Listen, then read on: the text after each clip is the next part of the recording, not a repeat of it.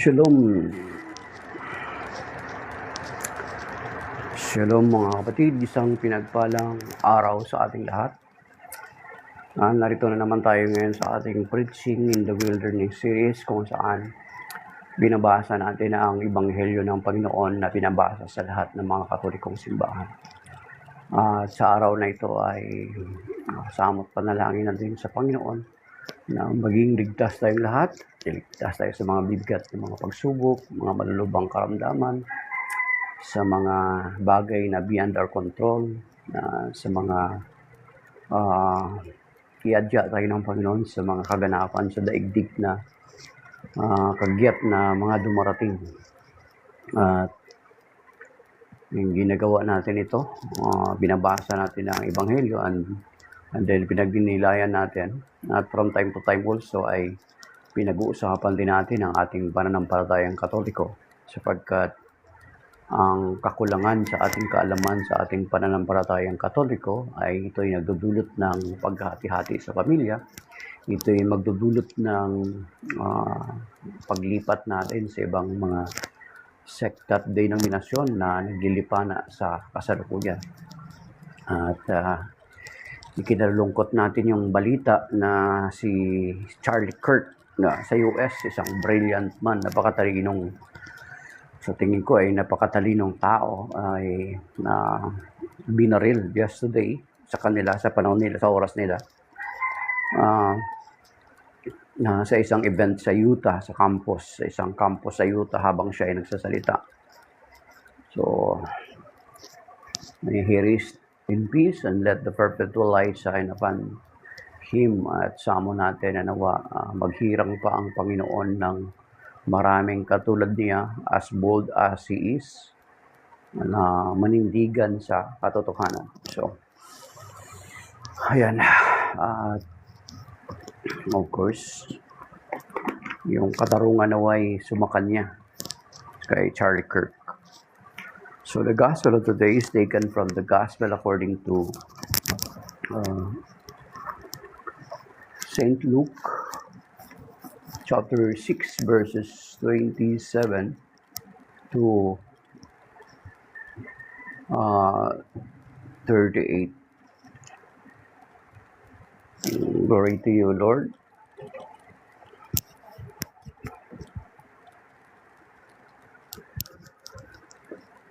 But to you who hear, I say, love your enemies, do good to those who hate you, bless those who curse you, pray for those who mistreat you. To the person who strikes you on one cheek, offer the other one as well. And from the person who takes your cloak, do not withhold even your tunic. Give to everyone who asks of you, and from the one who takes what is yours, do not demand it back. Do to others as you would have them do to you.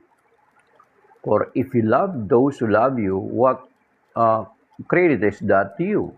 Even sinners love those who love them. And if you do good to those who do good to you, what credit is that for you?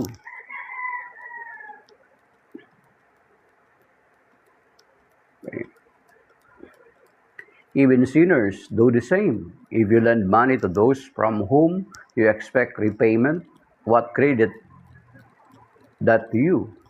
Even sinners lend to sinners and get back the same amount.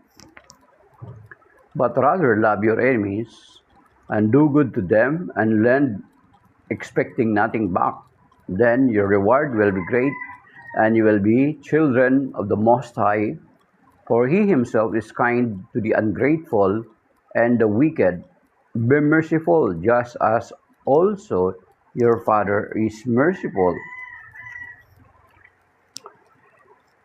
Stop judging, and you will not be judged. Stop condemning, and you will not be condemned. Forgive, and you will be forgiven. Give, and gifts will be given to you. A good measure, packed together, shaken down, and overflowing, will be poured into your lap. For the measures with which you measure will in return be measured out to you. The Gospel of the Lord. Praise to you, Lord Jesus Christ. Ayan, mga kapatid. So, ang unang bungad ng Ebanghelyo ngayon is patungkol sa pag-ibig sa ating mga kaaway. So, itong part na ito ng Luke chapter 6 verse 27 is still a part of the Sermon on the Plain. So, yun nga, nasabi natin kahapon nasabi natin kahapon na itong part itong Sermon on the Plain ni San Lucas ay nasa sa plain. Ang kay Saint Matthew ay sa Sermon on the Mount. At ipinapakita ng Panginoon na that He is the new Moses. Siya yung bagong Moses na nagbibigay ng kautusan, mga kapatid. Si Moses, tinanggap niya ang kautusan sa Panginoon, pero dito makikita natin that the Lord directly commanding us to do this one, to do this one, to do this one. Katulad na ito yung sinasabi niya na ng pag-ibig sa kaaway, sapagkat ang mga audience dito ay although ang audience kasi ni San Lucas mga nasa plain, mga hintil or non-Jewish, pero makikita natin na sinasabi na ito yung panibago sa kanilang pandinig, mga kapatid. Kasi noon, pag sinabing kaaway mo, abay, kamuhian mo kaaway mo. Eye for an eye, a tooth for a tooth, mga kapatid. At kung titingnan natin, itong itinuro ng Panginoon na love your enemies ay talagang mismo rin ay ginawa niya. Di ba? Mismo rin ginawa niya kasi noong nagkasala ang tao ay naging kaaway tayo ng Diyos. Di ba? Naging kaaway tayo ng Diyos. Nahiwalay tayo sa Kanya. At makikita natin dito na siya mismo ang nagpakita ng halimbawa, di ba? Nung nakapako siya sa krus. Ano ba ang panalangin niya before his death? Sabi niya, Father, forgive them, for they do not know what they are doing. He asked forgiveness for those who mistreat him, di ba? Yung ginawa sa kanya, sinuklian niya pa rin ng pagpapatawad at pag-ibig. Okay. Bless those who curse you. Pray for those who mistreat you. Itong tinuturo ng Panginoon na parang sinasabi niya na kapag may sumusumpa sa iyo, ay pagpapalain mo. Sinasabi niya, kumbaga, huwag kang dumako, huwag kang maging katulad ng kaaway mo. Kasi sinusumpa ka eh. Kapag ikaw ay sinusumpa, kapag kine-curse ka, ibinabalik mo ng blessing. Kasi hindi mo dapat puntahan, hindi mo dapat, kumbaga, do not go to his level. Di ba? Ito yung common natin. Ang pampatay ng apoy ay tubig. So kung gantihan mo rin siya ng masama, di wala ka na rin pagkakaiba sa kanya. Di ba? Kaya nga may sinasabi dito sa Luke, sa Romans chapter 12 verse 21, overcome evil by doing good. Yun yung kakaiba, mga kapatid. Ang hirap sa part natin mga Kristiyano.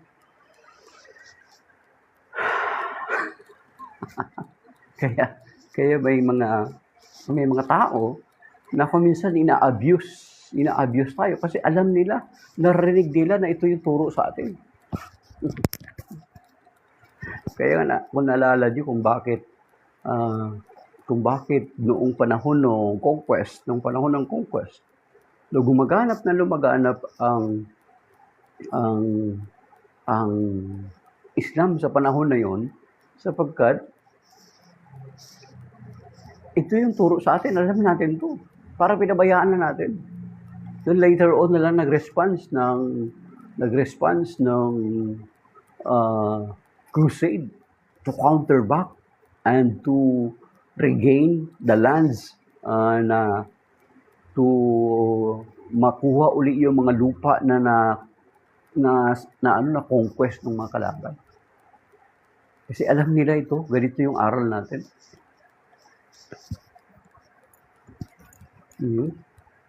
Pero of course, dumarating sa punto na kapag severe na yung ginawa sa'yo, talagang minsan parang, Brother Roby, di ba kapag severe na yung ginawa sa'yo minsan, parang,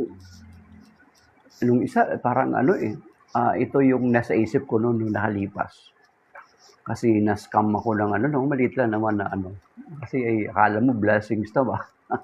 Na-scam ako online, yung lalo na kapag may magtatanong sa inyo ng mga details nyo sa GCash nyo, lalo na yung, sabihin ko na sa inyo mga kapatid, how I was scammed. Yung lalo na yung mga kina-given, yung mga picture din na given. Kasi you will be thinking na itong mga tao dito they are giving back to their subscribers. Kaya idadaan nila sa ganitong paraan para makapag-give back sila by selecting few people na, di ba yung sinasabi na kung sino makahuli nito ay merong reward. Ngayon, you're thinking na they are giving back to the subscribers, supporters, isasend mo ngayon. Then, magsasend sila ngayon ng, sasabihin nila na, isend mo yung, yung picture mo yung GCash account mo. Ngayon, kapag makita nila yung laman ng GCash mo, sabi niya, magka-in ka, and then, we will make it 5 times. 5 times. Sabihin ganun, sa 5 times yung laman ng GCash mo. Nako, that is a scam mga kapatid. Alam mo ba nung yung nakausap ko yung nag-scam sa akin? Anong nasa isip ko, mga kapatid? Ang nasa isip ko hindi yung binanggit ng bibig ko. Sabi ko, may the curse of the God of Israel be with you, and it will only be reversed until you will repent. Yun na sa isip ko. Sabi ko, may the curse of the God of Israel be with you, and it will only be reversed when you will, kapag mag-repent ka na. Ganun yung sumagi sa isip ko. Pero nung later on, ay sabi ko, alam ko na talagang kasalanan yon, na ang ginawa ko na lang, sabi ko, Lord, na nawa dumating yung magkaroon ng conversion ng taong ito at ang kanyang buong angkan. Kilalanin ka, tanggapin ka, maghari ka na sa kanilang mga buhay, Panginoon. Yun yung sinabi ko, yun yung tuloy-tuloy na pinagpipray ko until now. Nanawa, I really pray for his conversion at ng kanyang pamilya. Yun yung magiging kabayaran ng kanyang ginawang kasalanan, yung conversion niya. Ayun, mga kapatid. Yun yung naging isip ko. Samantala, dito sinasabi ng Panginoon na, bless those who curse you, pray for those who mistreat you. So, ipanalangin mo yung mga taong nanloko sa iyo. Yun nga, pinagpe-pray ko na magkaroon ng conversion. At ito yung sinasabi din ng Panginoon doon ng Biblia, doon sa Romans chapter 12 verse 21, overcome evil by doing good. Kasi kung gagawa ka rin ng kasalanan, ano yung pagkakaiba mo sa Kanya? Di ba? Ano yung pagkakaiba mo sa Kanya? Actually, sometimes these people, yun nga, nabanggit na natin ito dati, Brother Roby, na doon sa wisdom, na sometimes itong mga tao na ito ay ginagawa nila tayong asar talo, yung style. Doon sa wisdom, ito darating ito balang araw, ito yung mangyayari balang araw, gagawin nila ito para subukan tayo. Dito, sabi dito sa kay Pablo. Dito sa Wisdom chapter 2, verse 19. Karunungan ni Solomon chapter 2 verse 19. Sabi niya rito, subukin natin silang dustain at pahirapan upang malaman natin kung hanggang saan ang kanilang kagandahang asal. Yung parang bagang tinatawag na asartalo, mga kapatid. Okay. Si Fausto, lahat ng aral ng Biblia binabago ng Katoliko. Brother Romy, si Fausto, Iglesia, no? Inc. 1914. Kayo yung nagbago ng aral ng Biblia, Fausto. Kasi sinasabi ng banal na kasulatan na ang iglesia ang itinatag ng Panginoon ay hindi mawawasak kailanman. Pero binabago nyo, sinasabi nyo na tumalikod at kayo nga yung nagbago. Okay, yan. Sure.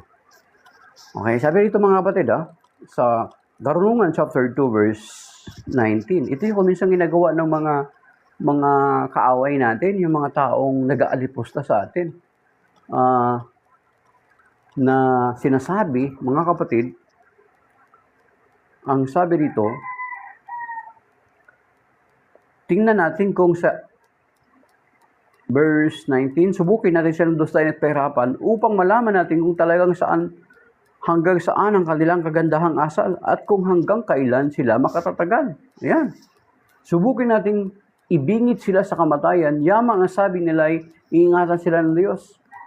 Yun ang usapan ng masama. Ngunit sila'y nagkakamali pagkat binubulag sila ng kanilang kasamaan, hindi nila natatalos ang lihim na panungkalan ng Diyos, hindi sila umaasa sa gantimpala sa kabanalan.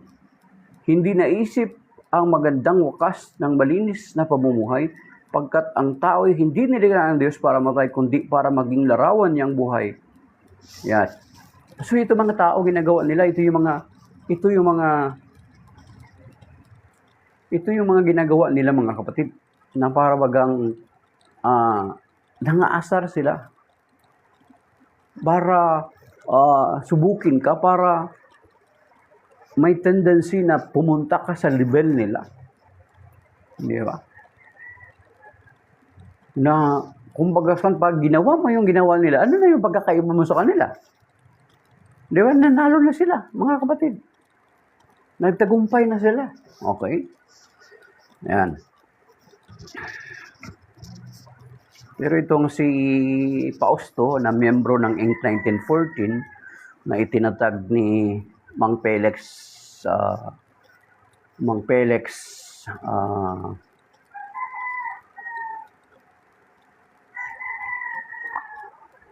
Manalo Isagon sa Punta Santa Ana, Manila noong just last month yata. Nadaanan ko yung nakapreserve yung maliit na chapel na kung saan doon nagpasimula yung Inc. 1914, Fausto, doon sa Santa Ana, Punta Santa Ana, Manila. Pero almost katabi doon isang Catholic Church, ang laki. Okay. Sabi rito,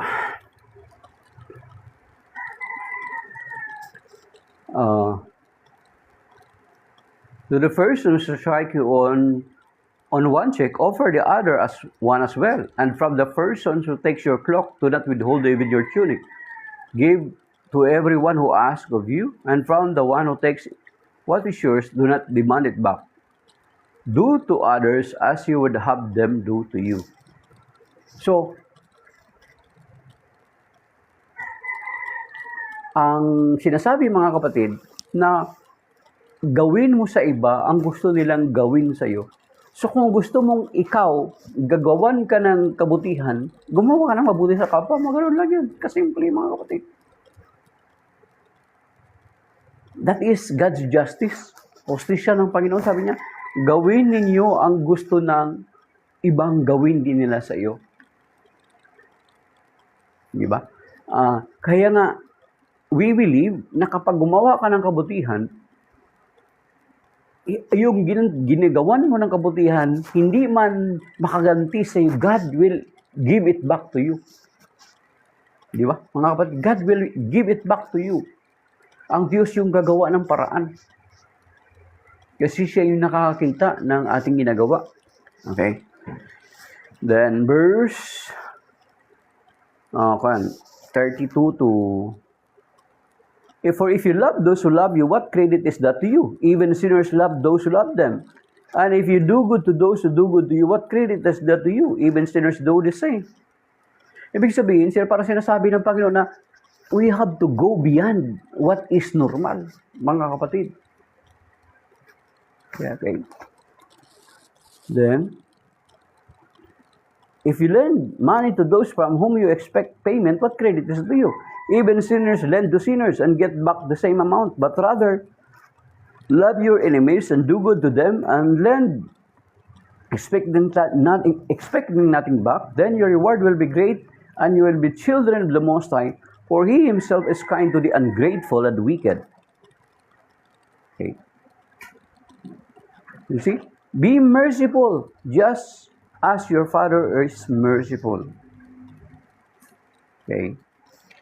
And then, sabi dito, stop judging and you will not be judged. Stop condemning and you will not be condemned. Forgive and you will be forgiven. Give and gifts will be given to you, a good measure, together shaken down and overflowing, will be poured into your lap. For the measure with which you measure will in return be measured out to you.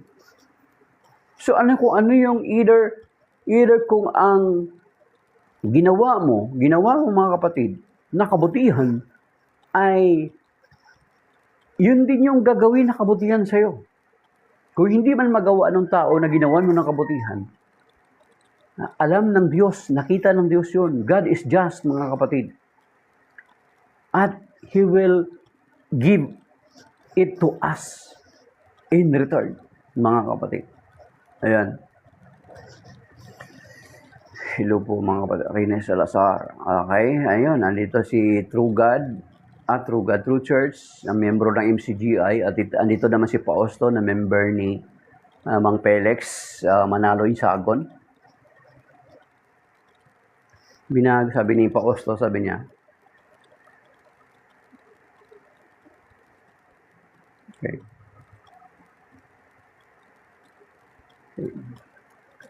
Sabi ni, ito pala may sinabi pala siya. Sadyang.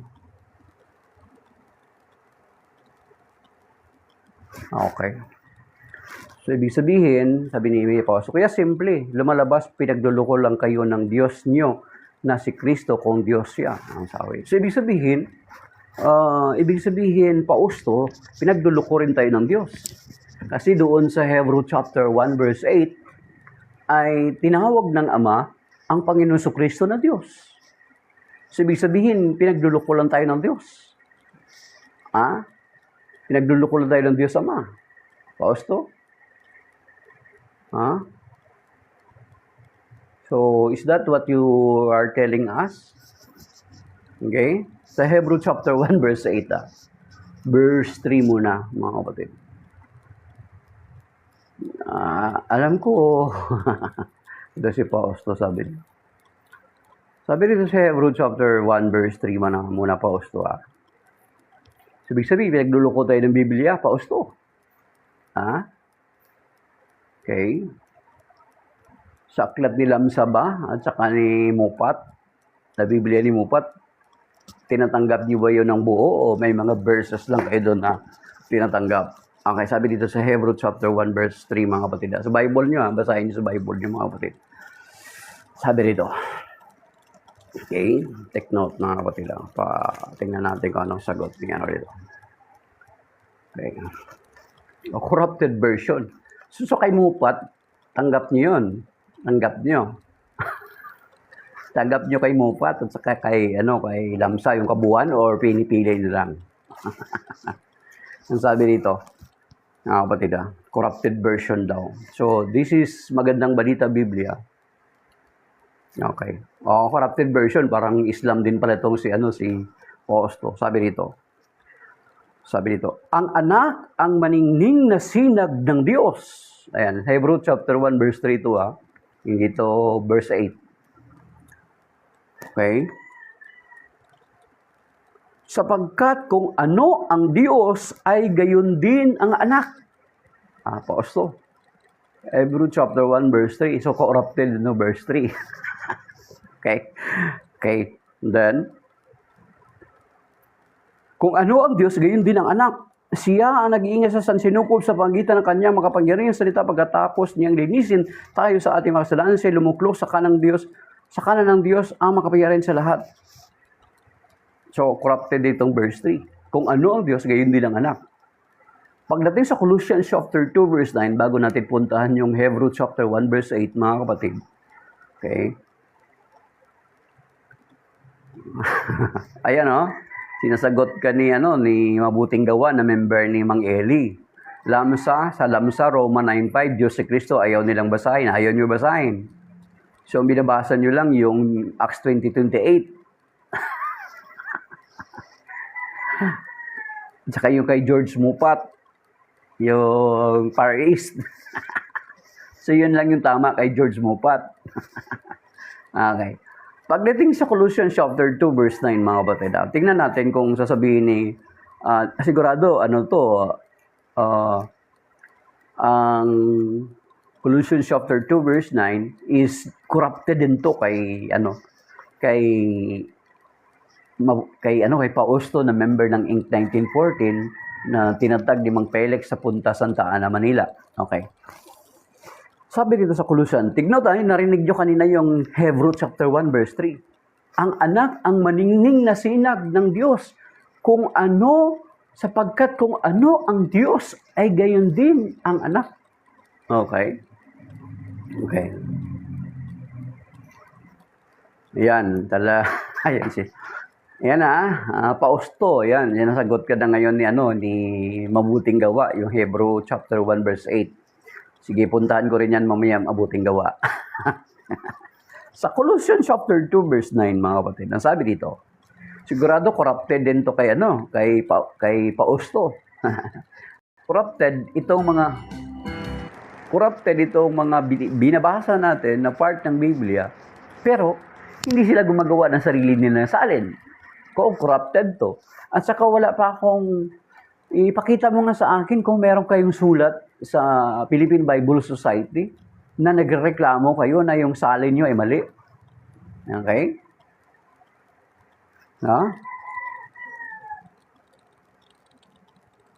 Okay? Sige nga, kung meron kayong sulat, yung Inc. 1914, nagsulat kayo sa Philippine Bible Society na yung pagkasalin nyo ng mabuting balitang Biblia na binabanggit yan sa Hebrew 1:3 verse, and then Hebrew 1:8, Colossians chapter 2 verse 9, okay? Yun ay sa maling salin, dapat meron kayong ganon. Okay, sabi dito. Sa Colossians chapter 2 verse 9, mga kapatid, ganito tinitwist ng mga Inc. 1914 ang Biblia para mapit nila sa kanilang inintroduce na doktrina ni Mang Felix noong 1914. Parang sa lang yan, si Martin Luther. Di ba? Nung si Martin Luther nagtatag siya ng kanyang sariling simbahan, ay ginawa din ng Martin Luther yung Sola Fide, Sola Scriptura na wala naman sa Biblia. So yung inintroduce niya. Hindi yun. Si Martin Luther ay halos tanggalin niya yung aklat ng James at saka ng Revelation. Yan. So, ang ginawa naman ni Mang Felix, nung nag-introduce siya ng kanyang doktrina, nagtatag siya ng kanyang iglesia doon sa Punta Santa Ana, Manila. Actually, marami pala silang founder, mga kapatid. At isa sa mga founder doon ay nagbalik na po sa Catholic Church. Ay sinasabi nila na tao lang ang Panginoon Kristo. Kaya itong Biblia na binabasa natin, sasabihin nila corrupted. Pero since 1914 until now, never sila gumawa ng sarili ng version. Nakikigamit lang sila ng Biblia ng iba. Samantala, sinasabi nila na corrupted, mga kapatid. Okay. Sabi din sa Colossians chapter 2 verse 9, sapagkat ang buong kalikasan ng Diyos ay na kay Kristo nang siya'y naging tao. Narinig nyo kanina yung Hebrew 1:3? Ang anak ang maningning na sinag sapagkat kung ano ang Diyos, gayon din ang anak. Then dito sa Colossians chapter 2 verse 9, dito sa magandang balita Biblia, ang sabi dito, sapagkat ang buong kalikasan ng Diyos ay na kay Kristo nang siya'y maging tao. At ang Hebrew 1 verse 3, at yan din yung sinasabi sa Hebrew chapter 1 verse 8. Bago natin puntahan yung corrupted din sa tingin ng Inc. 1914 kasi hindi nga sang-ayon sa kanilang doktrina, mga kapatid. And sabi dito sa Hebrew chapter 1 verse 8, kung mabasahin niyo ito, kung nagbabasa kayo ng Bible, kung umpisa niyo sa verse 1, mga kapatid, hanggang dito sa verse 8, ang nagsasalita dito ay ang Ama, mga kapatid. Okay, sabi dito, itry nyo sa mga, alam ko, mga member ng Inc. 1914, hindi naman talaga nila ito binabasa. Kung ano lang yung isaksak sa kanilang bibig ng kanilang mga ministro, yun lang ang kanilang babasahin. And hindi sila tinuturuan ng exegesis at saka ng hermeneutics. Tayo kahit paano, tayo ng mga laiko, nakakarinig tayo ng ganun. May mga hermeneutics at saka exegesis na tinuturo sa atin. Okay? Ang sabi dito,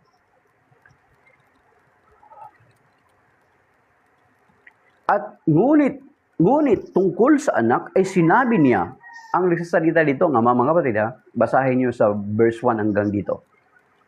Ang iyong trono, O Diyos, ay magpakailanman, magpakailan pa man. Ikaw ay mag-aharing may katarungan. You see? Thy throne, O God, is forever and ever. Ang ginawa ng Inc. 1914, mga kapatid, sa hindi nakakaalam at sa hindi nakakarinig sa kanila, kaya nga pinagtatawanan sila ni Mang Eli nung buhay pa si Mang Eli dito. Kahit ako natatawa. Bakit? Itong verse 8, mga kapatid, ang ginawa ng mga Inc. 1914 sa kaaiwas na Diyos ang Panginoon Kristo para pinipilipit para tumugma doon sa inintroduce na bagong doktrina ni Mang Felix, mga kapatid. Na actually, hindi naman talaga bago kasi ang doktrina ni Mang Felix ay kinopya lamang niya kay Arius. Alam naman natin na si Arius ay dumating nung around mga before the end of the 4th century, mga kapatid. Pero ito si Arius ay sumabog yung kanyang bituka. Yan. Sabi rito, sa Hebrew chapter 1 verse 8, ngunit tungkol sa anak ay sinabi niya, the Father is speaking here, ang iyong trono, O Diyos, ay magpakailan pa man. Ikaw ay mag-aharing may katarungan. So you see, thy throne, O God, is forever and ever. Alam niyo ang ginawa, naganap ng salin ang Inc. 1914, mga kapatid. Ang nahanap nilang salin is, thy throne is God. Thy throne is God. Pero kung titingnan mo sa mga parallel, yung mga parallel sa Bible, wala kang makikitang parallel that thy throne is God. Kasi kung i-interpret natin, kung i-literal na isalin natin sa Tagalog, ang Diyos ang iyong luklukan. Mali na kaagad. Kasi, ang Panginoon Kristo nang umakyat sa langit, lumuklok sa kanan ng Ama, hindi niya niluklukan ang Ama.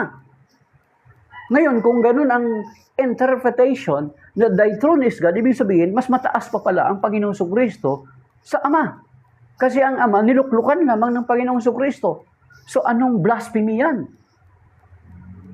Di ba? Sa ganun, sa katatakas nila ng Hebrew 1.8. Pero narinig natin, yung Hebrew 1.3, ang anak ang maningning na sinag sapagkat kung ano ang Ama, gayon din ang anak. Then, pagdating sa Colossians chapter 2, verse 9, sapagkat ang buong kalikasan ng Diyos ay na kay Kristo nang kahit siya ay maging tao. At pagdating sa Philippians chapter 2, sigurado corrupted pa rin to sa mga Inc. 1914. Parang si Martin Luther nga, ginaya ni Mang Felix, ginaya ni Mang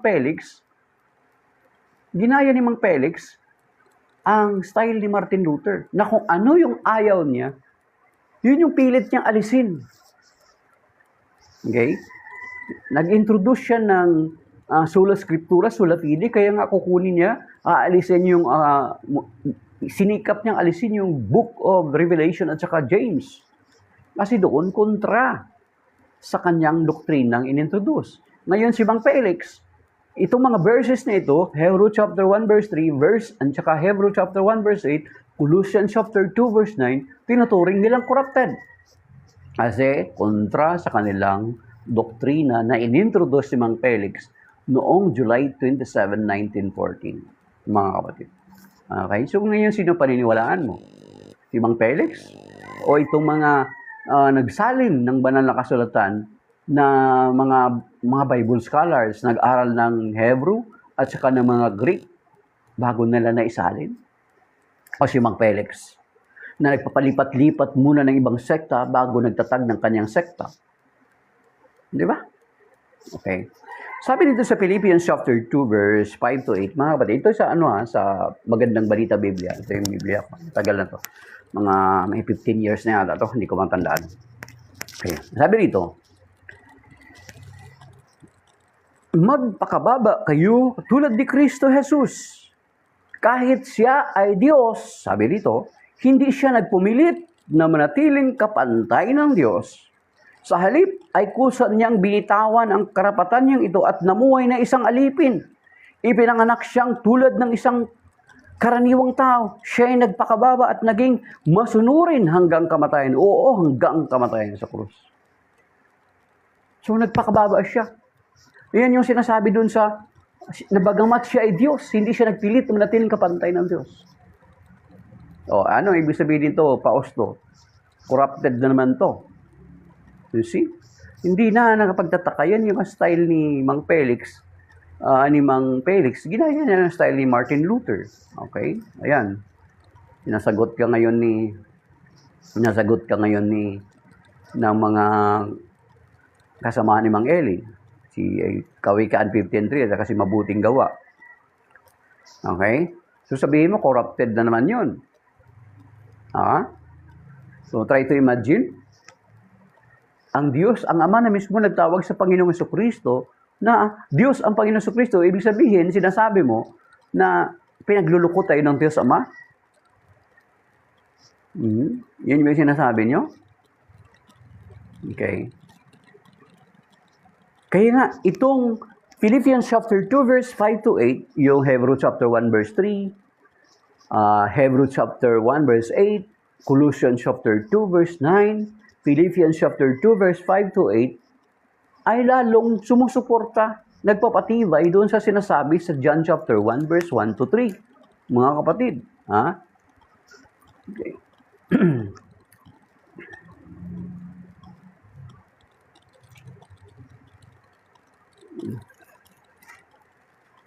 Nang nagkatawang tao siya, nagpakababa siya, naging masunurin. Corrupted, hindi corrupted yung isip nyo. Sabi niya bago. Kayo yung nagbago ng unawa. Kayo yung nagbagong unawa. Bakit sinasabi nyo kami ang nagbago ng unawa? Kayo lang yung huling sumulpot ng 1914 lang kayo sumulpot. Sa amin, magda2,000 taon na kami. Paano namin binago? Kayo yung nagbago. Kayo yung nagbago. Kayo yung huling dumating eh. Kayo yung nagbago. Ang pananampalataya namin, patungkol sa Panginoon sa Kristo, from the first century until now, pareho. Sa Diyos na nagkatawang tao. At ito sinasabi ng ang Biblia dito sa New American Bible sa English, mga kapatid. Sa John chapter 1, verse 1 to 3, yung mga binanggit natin, Hebrew chapter 1, verse 3, Hebrew chapter 1, verse 8, Colossians chapter 2, verse 9, and then Philippians chapter 2, verse 5 to 8, ay sumusuporta dito sa sinasabi sa John chapter 1, verse 1 to 3. Okay? Okay. Ang sabi dito mga kapatid, take note. Ang sabi dito, in the beginning was the Word, and the Word was with God, and the Word was God. Take note, verse 2. He was with God in the beginning. Pag sinabing He, mga kapatid, ay ito'y tumutukoy sa isang personalidad, a person. Hindi bagay. Hindi object. Hindi material. He was with God in the beginning. All things came to be through Him. Through Him. Sa pamagitan ng Word. At ang tinutukoy ng Word, malalaman nyo, saan nasabi niya? And without Him, nothing came to be. What came to be through Him was life. And this life was the light of the human race. The light shines in the darkness, and the darkness has not overcome it. Okay? Then sa verse 12, mga kapatid, sa verse 14, and the Word became flesh and made His dwelling among us, and we saw His glory. Ha? Hindi it, hindi bagay. His glory. His, her, that refers to a person. And made His dwelling among us, and we saw His glory, the glory as of the Father's only Son, full of grace and truth. So, ibig sabihin, itong made flesh na ito ay ang Panginoong Jesucristo. Okay. Pero ang ginagamit nila, word lang daw, diwa. Ay, ang layo ng sinasabi ng banal na kasulatan. So, corrupted. Hindi, ang Biblia ay nakusahan nila ng corrupt. Kinukorrupt nila yung Biblia para matugma sa bagong doktrina na tinuturo ni Mang Felix. Parang walang pagkakaiba sa style ni Martin Luther. You see? Okay? So yun yung sinasabi nila corrupted. John chapter 1 verse 1 to 3, and then verse 14, Hebrew chapter 1 verse 3, Hebrew chapter 1 verse 8, Philippians chapter 2 verse 5 to 6, okay, to 8. Then pagdating dito sa Titus chapter 2, okay, Titus, mga kapatid, sa Titus, ito corrupted din to sa kanila, mga kapatid. So, yan. Kumbaga, hindi natin, maintindihan natin si Mang Felix kung bakit ganun yung ginawa niya, kasi he is introducing his own church, his new church. Kaya kailangan mamaliin niya tayo, mga Katoliko, para umanib ang tao sa kanya. Okay?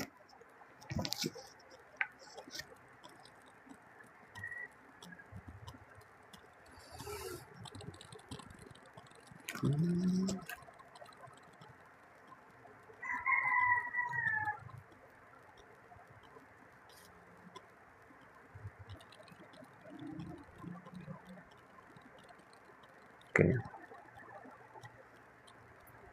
So, Titus chapter 2 verse 14. Ito corrupted din to sa mga Inc. 1914. So, actually, mga kapatid, sinasabi lang nila na corrupted ito. Pero wala pa akong alam na nag-submit sila ng complaint sa Philippine Bible Society, telling the Philippine Bible Society that your version of your Bible is corrupted. Wala. Meron ba kayong sulat na ginawa? May na-presenta ba sa inyo? May na-presenta ba ang central sa inyo? So wala, mga kapatid. Ito sa Titus, Ito. Okay. Tapos isang patunay mamaya, mayroon pa tayo babasahin bago tayo magtapos, mga kapatid. So at least actively, sinasagot si Pausto ni Mabuting Gawa, si Kawikaan 15.3. Si Kawikaan 15.3 ay member din ito ni Mang Felix, ni Mang Eli. So alam naman natin itong dalawa na ito ay talagang hindi magkakasundo, which is when it comes to Hebrew chapter 1 verse 8, talagang sumasangayon ako doon kay Mang Eli. Okay. Kasi nakakatawa na ang Diyos sa Inc. 1914 ay luklukan lang ng Panginoon Jesucristo. So, ibig sabihin, mataas pa pala ang Panginoon Jesucristo sa Ama kasi ginawa niya lang luklukan ng Ama. Sa Titus chapter, pero siguro makonsidered na blasphemy yan kasi ginagawa mong luklukan na ng Diyos. Okay, sabi rito. Sa Titus chapter 2, verse 13, ito sinasabi, samantalang hinihintay natin ang ating inaasahan, ang dakilang araw ng paghahayag sa ating dakilang Diyos at tagapagligtas na si Jesucristo sa gitna ng kanyang kaningningan. So you see, mga kapatid. Okay.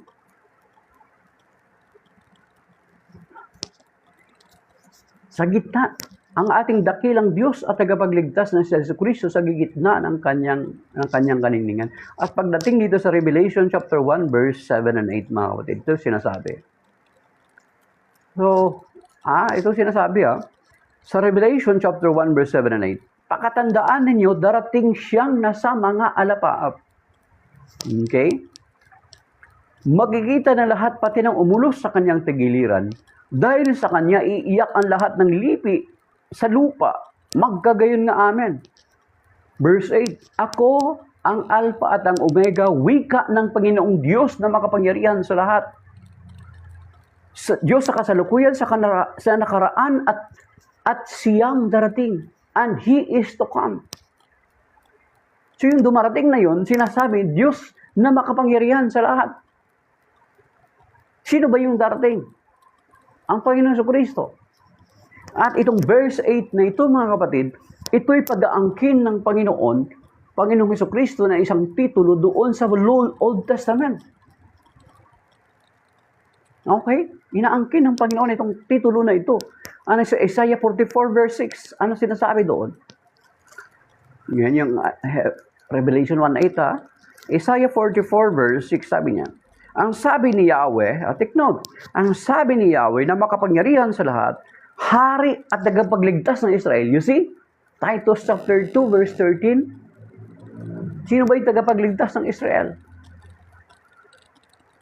Okay. Sino ba yung tagapagligtas? At sino yung hari? Ang Panginoon Jesucristo. Ito sinasabi niya. Ang sabi ni Yahweh na makapangyarihan sa lahat, hari at tagapagligtas ng Israel, ako ang simula at siya ring wakas. Walang ibang Diyos maliban sa akin. You see? Itong sa Old Testament na ito, na ipinakilala ng Panginoon kay Isaias, ay inangkin ng Panginoon Jesucristo pagdating do sa Revelation chapter 1 verse 7 and 8. You see? At yung sa John chapter 8 verse 58, ang binabasa lang doon ng Inc. 1914, yung John chapter 8 verse 40.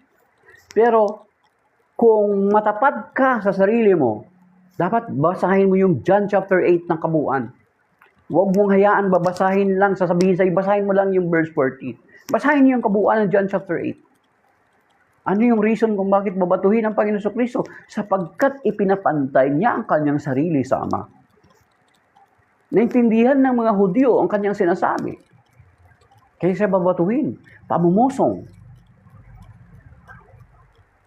Ano sabi dito sa John chapter 8? Before Abraham was, I am. Bago pa man ipanganak si Abraham, ako na. You will die in your sin if you will not believe that I am. Yung I am na yun, naintindihan yun ng mga Hudyo. Kung ano ang tinutukoy ng Panginoon Jesucristo, mga kapatid. Ano yung tinutukoy niya? He is also claiming yung name at revelation ng Diyos kay Moses doon sa sa bundok ng Sinai, sa burning bush. Yung John chapter 8, basahin nyo ng buo, mga kapatid. Huwag kayo pabudol. Huwag kayo pabudol na John lang, babasahin yung verse 40. Basahin yung kabuuan ng John chapter 8 para maintindihan nyo. Ano sabi sa Exodus chapter 3 verse 14? Ano sabi ng Panginoon? Before Abraham was, I am. You will die in your sin if you will not believe that I am. Basahin nyo sa John chapter 8. Buo, wag yung verse 40 lang. Budol lang yan ng Inc. 1914 kapag verse 40 lang babasahin nyo. Exodus chapter 3 verses 14 to 15. Anong sinasabi dito? Maybe dito tayo magtatapos kasi ano oras na. Sabi dito sa Exodus chapter 3 verse 14 to 15. Sinabi ng Diyos, ako'y si ako nga. Sabihin mong sinugo ka ni ako nga. Ni Yahweh, ng Diyos ng inyong mga ninuno, ng Diyos ni Abraham, Isaac at Jacob. At ito ang pangalang tinatawag nila sa akin magpakailanman. Yung tinatawag dito, yung tetragrammaton, yud he bab he. I am who am that I am. At itong titulo na ito, inangkin ng Panginoong Jesucristo pagdating doon sa John chapter 8, mga kapatid. Kaya siya babatuhin ng mga tao kasi naririnig nila, inaangkin ng Panginoong Jesucristo itong ipinahayag na pangalan ng Diyos kay Moses. Kaya siya babatuhin kasi ipinapantay niya ang kanyang sarili sa Diyos. Okay, pagdating doon sa John chapter 8, verse 58, ano ba sinasabi doon? Okay? Huwag kayong pumayag na babasahin lang sa verse 40. Basahin niyo yung buo, mga kapatid. Para hindi kayo mabudol para hindi magiging incomplete yung inyong pananampalataya. Sa John chapter 8 verse 58, sumagot si Jesus, sinasabi ko sa inyo, bago pa ipanganak si Abraham, ako na. Dumampot sila ng bato upang sila ibatuhin, ngunit nagtago si Jesus at lumabas sa templo. Bakit siya babatuhin? Kasi sinasabi nila na mumusong ang Panginoon Kristo, pinapantay ang sarili sa Ama. Which is, yun yung kinonfirm ng Philippians chapter 2 verse 5 to 8 kanina na binasa natin. Magpakababa kayo katulad ni Kristo na kahit siya ay Diyos, hindi siya nagpilit na manatiling kapantay ng Diyos, bagkus sinubad niya ang katangian ng pagka-Diyos at namuhay na katulad ng isang alipin. You see? Kapantay. At dun sa John chapter 8, kaya siya babatuhin kasi namumusong because pinapantay niya ang kanyang sarili sa Ama. At pagdating sa Revelation chapter 1 verse 7 and 8, sa pagbabalik ng Panginoon Kristo, makikita natin na kasama niya yung kanyang mga anghel at makikita ng lahat ng lipi at sinasabi niya na siya ang Alpha at ang Omega, ang simulat ang wakas, ang makapangyarihan sa lahat. At itong Revelation 1, 7 and 8 pala ay pag-aangkin din ng Panginoon Kristo dun sa hula or sa sinasabi sa pagpapakilala niya kay Isaiah sa Isaiah chapter 44 verse 6. At yung sa John chapter 8, before Abraham was I am, ay pag-aangkin din ng Panginoon Kristo doon sa Exodus chapter 3 verses 14 to 15 na sinasabi niya na yung titulo na ipinakilala kay Moses ay inaangkin din ng Panginoong Kristo. Yan. So, sino yung paniniwalaan natin? Si Mang Felix na dumating lamang noong July 27, 1914, bago siya nagtatag ng kanyang sekta, ay nagpalipat-lipat muna siya ng ibang sekta bago siya nagtatag ng kanyang sekta. Na kung titingnan natin, ang style is parang naka-pattern kay Joseph Smith, yung simbahan, may tusok, kinopya kay Joseph Smith. Ang style apostasy teachings, kinopya kay Joseph Smith. At si Joseph Smith, may revelation kuno sa anghel. Ang style naman ni Mang Felix ay nagkaroon daw siya ng revelation after niya magkulong sa kanyang kwarto ng 3 araw, 3 gabi. So, paniniwalaan ba natin itong mga ganito mga kapatid? Na ang sinabi ng Panginoon sa Matthew 24, wala na pong sinabi na magpapadala pa siya ng isusugo niya. Ang sinugo ng Panginoon Kristo yung kanyang mga alagad, mga apostol. Matthew chapter 28. At saka doon sa Luke chapter 10, mga kapatid. Ang sinugo ay ang mga alagad. At sila rin yung nagsugo. Wala nang sinabi na magsusugo pa ang Panginoon. Di ba? Wala na. At ang iglesyang itinatag ng Panginoon, hindi matatalikod. So therefore, kung hindi matatalikod, hindi mapapalitan. Sapagkat yung hinuhula, yan yung nakalagay sa hula doon sa Daniel chapter 2 verse 44, mga kapatid. So therefore, masasabi natin na katulad ni Mang Felix at ng iba pang mga mangangaral, ay pasok sila doon sa Matthew chapter 24 verse 11 at saka Matthew 24 verse 24 at saka din sa Matthew chapter 7 verse 15. At sila rin, kung tutuusin, sila rin ang katuparan ng sinasabi doon sa 1 Timothy chapter 4 verse 1 to 3 na sinasabi doon, sa huling mga araw, maraming mga taong tatalikod. Marami tatalikod sa kanilang pananampalataya at susundin nila ang aral na magdaray ang Espiritu. Ngayon kung titingnan natin kung ano ba yung magdaray ang Espiritu, makikita natin dito sa 2 John verse 7, mga kapatid. Okay, sa 2 John verse 7, ang sabi dito, mga kapatid, ito yung babala sa atin para makaligtas tayo dito sa mga bulaang mga mangangaral. Ang sabi dito, sapagkat nagkalat sa sanlibutan ang mga magdaraya. Yun yung sinasabi sa 1 Timothy chapter 4 verse 1 to 3. Kaya kung titingnan mo yung 1 Timothy chapter 4 verse 1 to 3, hindi angkop yun sa Catholic Church, mas angkop yun sa 1914 ni Fausto. Sabi niya, sapagkat nagkalat sa sanlibutan ang mga magdaraya, mga taong hindi nagpapahayag na si Jesucristo ay naging tao, ang gayong mga tao ay magdaraya at antikristo. Kung ang sinabi dito mga kapatid, dito sa 2 John verse 7, sapagkat nagkalat sa libutan ng mga magdaraya, mga taong hindi nagpapayag na si Jesucristo ay tao lamang, pwede na tayong mga Katoliko ang guilty doon. Pero ang sinasabi dito sa 2 John verse 7, sapagkat nagkalat sa sanlibutan ang mga magdaraya, mga taong hindi nagpapahayag na si Jesucristo ay naging tao, ang gayong mga tao ay magdaraya at antikristo. So naging tao, ibig sabihin itong verse 7 na ito, tumutugma, sumusuporta sa John chapter 1 verse 1 to 3 at saka verse 14. At ng Colossians chapter 2 verse 9, Philippians chapter 2 verse 5 to 8. Sumusuporta. Kasi ano sabi doon sa John chapter 1 verse 1 to 3, in the beginning was the Word, and the Word was with God, and the Word was God. He was with God in the beginning, and without Him nothing is created. Verse 14, and the Word became flesh and dwelt among us, and we saw His glory. His glory. Then sa Philippians chapter 2 verse 5 to 8, ano sabi doon? Magpakababa kayo katulad ni Kristo na kahit sa Diyos, hindi siya nagpilit na manatiling kapantay ng Diyos bagkus nubag niya ang katangian ng pagka-Diyos at namuhay na katulad ng isang alipin. Naging tao. Then, pagdating sa Colossians chapter 2 verse 9, sapagkat ang buong kalikasan ng Diyos ay na kay Kristo kahit siya ay naging tao. So kung ang salin ng 2 John verse 7, sapagkat nagkalat sa sanlibutan ng mga magdaraya, mga taong hindi nagpapahayag na si Jesucristo ay tao lamang, yun ang mga magdaraya at antikristo. Kami yun. Tayo yun sa Catholic Church.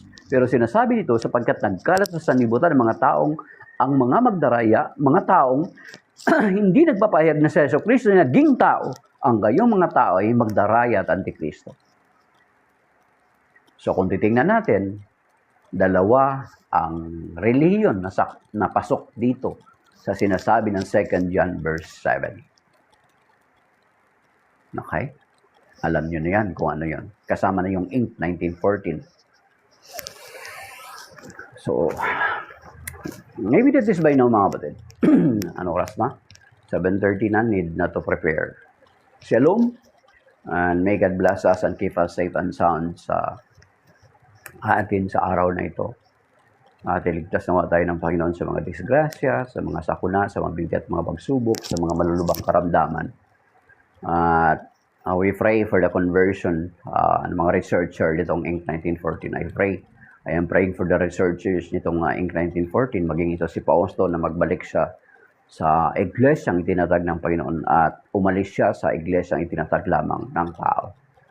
So that is by now. Maraming salamat sa mga nag-screen. Daryl, thank you.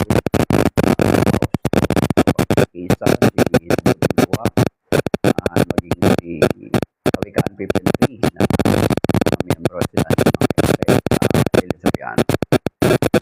So, that is by now, mga batid siya doon. Igdali na tayo pa yun sa stroke, sa cancer, sa failure, sa diabetes. So sometimes we abuse or neglect ourselves. Still we ask for your grace, Lord, to save us from those at mga bagay na beyond our control.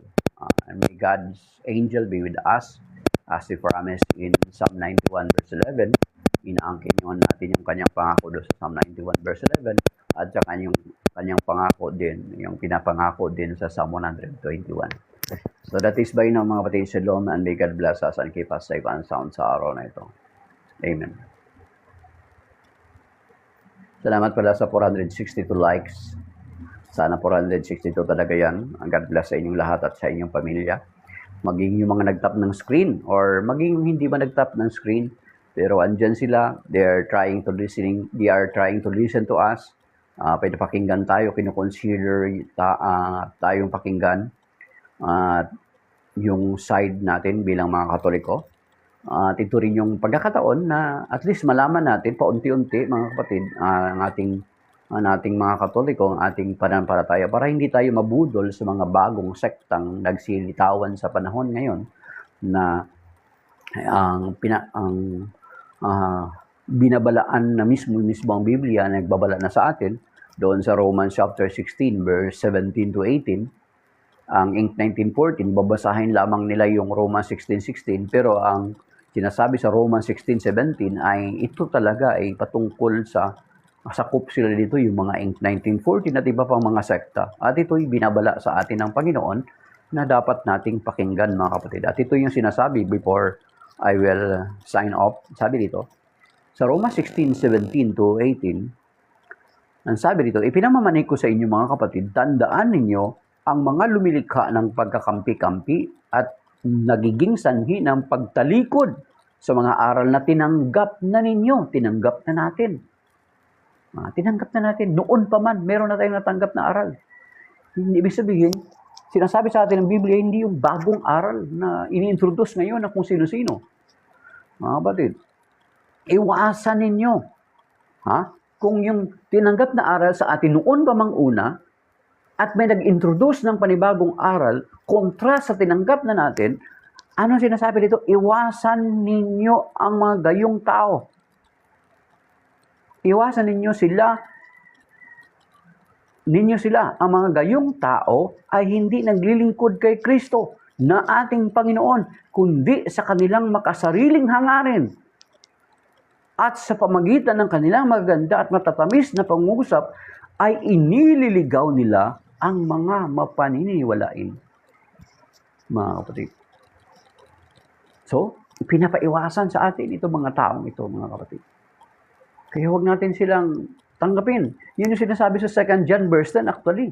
Kapag may mga tao ang dala, ang aral ay iba sa tinanggap natin, huwag natin silang tanggapin. Kung tanggapin natin sila, pakinggan natin sila, nakikiisa tayo sa kanilang masamang gawain. So you see, mga kapatid. So, huwag natin tanggapin. Ito may bago nga, Darrell Iwan ko na napanood mo yun. May nagpa-picture sila doon sa ika-4 na magiging successor ng kanilang iglesia. Ika-4 pa lang sa atin. 267 na yung successors natin kay St. Peter. Sa kanila, 4 pa lang. Nagpa-picture sila doon. Sa magiging boss nila balang araw. Nagpa-picture sila. Ay, napakasimple daw. Napakasimple. Ngayon, sinuri ng mga Catholic faith defenders na kapwa natin na sinuri nila yung suot. Naka-leather jacket. Tapos naka-pink na rubber shoes. Ang pink rubber shoes pala niyo, it cost 20,000 mahigit. Tapos sasabihin nila, napakasimple daw, naka-rubber shoes lang. Ang mahal pala na. Ang mahal pala ng rubber shoes. 20,000 mahigit. Tapos sasabihin na simple. So, yan mga kapatid. So, yun mga kapatid. Ingatan natin. Pinapaiwasan tayo. Pinapaiwasan ng banal na kasulatan itong mga taong ito. Kasi itong mga taong ito, yung mga bagong nagsilutangan, ay pasok na pasok sa eschatological prophecy ng Panginoon Kristo doon sa Matthew chapter 24 verse 11 at saka Matthew 24:24. At sila din yung binabanggit doon sa Matthew chapter 7 verse 15, mga kapatid. So mag-ingat tayo. Kaya iwasan natin, lalo na kapag nag-i-introduce sila ng panibagong aral. Remember mga kapatid, na we are already existing for almost 1,000 years. Meron na yung tinanggap na aral noon pa mang una. At kapag may nag-introduce ng panibagong aral, salungat doon sa tinanggap na aral natin noon pa mang una, ito yung sinasabi ng banal na kasulatan, na iwasan natin ang ganitong mga tao. Pasok yan sila sa Matthew 24:11, Matthew 24:24, Matthew chapter 7 verse 15, at yun sila yung tinutukoy doon sa 1 Timothy chapter 4 verse 1 to 3. Na sa huling mga araw, marami ang tatalikod sa kanilang pananampalataya. At sila din yun yung katuparan sa 1 John chapter 2 verse 18 to 19. Parami yung parting words natin. Pero basahin natin to. 1 John chapter 2 verse 18 to 19. Mga anak, malapit na ang wakas tulad ng narinig niyo, darating ang Antikristo. Ayun, Antikristo, nabasa na natin kanina sa 2 John verse 7. Tulad ng narinig niyo, darating Antikristo, ngayon marami nang lumitaw na mga Antikristo. Kaya't alam nating malapit ang wakas, bagamat sila'y dating Ha? Sila ay, bagamat sila dating kasamahan natin, hindi natin tunay na kaisa ang mga taong iyon sapagkat kung sila ay tunay na atin, nanatili isa na silang kasama natin, ngunit umalis sila, kaya maliwanag na silang lahat ay di tunay na atin. At sila yung katuparan ng sinasabi sa 1 Timothy chapter 4 verse 1 to 3. Sa huling mga araw, maraming tatalikod sa kanilang pananampalataya. At isa na dyan sa tumalikod, unang-una, ang Orthodox Church noong 1054, ang Lutheran, si Martin Luther noong 1517, and the rest is history, 1830, hanggang ngayon, and then noong 1914, tumalikod din si Mang Felix. Dati rin siya Katoliko, nabinyagan siya sa Katoliko, mga magulang niya Katoliko. Nagpalipat-lipat siya ng sekta, nakapunta sa ay Ellen Goldwhite, then later nagtatag siya ng kanya. Actually, hindi lang pala siya nagtatag, kundi marami sila na nagtatag. At ang isa sa mga nagtatag ng sekta ni Mang Felix ay nag-convert back na to the Catholic faith, mga kapatid. Okay? Para malaman nyo na nag-atheist pa raw si Mang Felix. Para malaman nyo kung sino yung nag-convert na yun, hanapin nyo sa video ni na Brother Wendell Talibong. Isa sa mga nagtatag ng sekta or sa punto por punto kay na Brother Jando. Isa sa mga nagtatag ng sekta ni Mang Felix kasi 13 yata yun siya, 12 na nagtatag. Ang isa sa nagtatag na yon ay nagbalik na. At may video si na Brother Jando at si Brother Wendell Talibong doon sa isang nagtatag na yon na nagbalik na sa Katoliko. So, Shalom, that is by now, mga kapatid. Maraming salamat sa mga nag-likes, 586, mga nag-tap ng screen. Ay, Brother George Sabay, si Radarel, si Mabuting Gawa, si Mystery of Faith, ayan. Mayroon pa rin, Nelda Almoralde, Bia, Esteriohenio, at saka si Gans Horoland, at saka si Gergies. Okay. At yung iba mang hindi mo nag-tap ng screen, may God bless us sa araw na ito, mga kapatid. So, salamat at signing off na po talaga. Anong oras na?